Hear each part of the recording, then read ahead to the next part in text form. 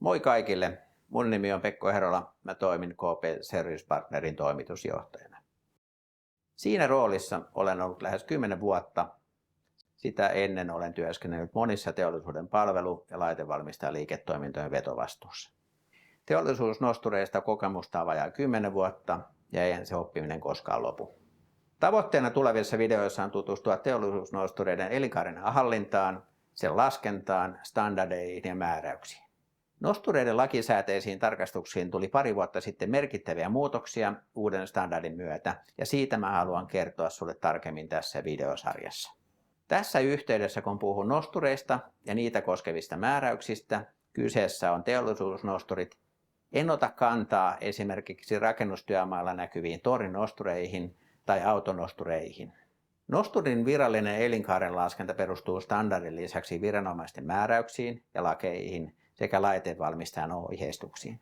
Nyt käytössä oleva standardi FEM 9755 huomioi tarkemmin nosturin erilaiset käyttötilanteet ja käyttöprofiilit sekä valmistajien käyttöohjeet tarkastuksille ja huolloille.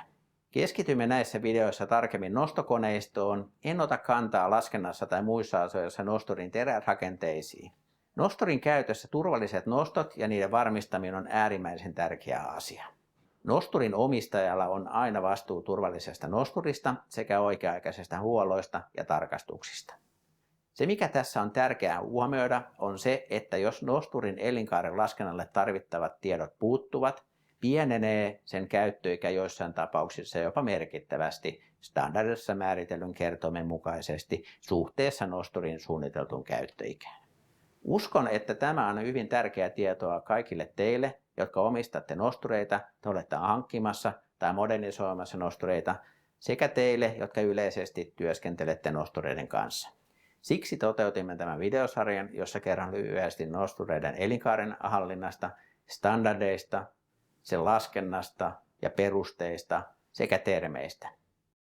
Lisäksi käyn läpi monta esimerkkiä erilaisista nosturin elinkaareen laskentaan liittyvistä tilanteista ja siitä, miten olemassa oleva tieto tai sen puute vaikuttaa nosturin elinkaareen. Toivottavasti tästä on sulle hyötyä.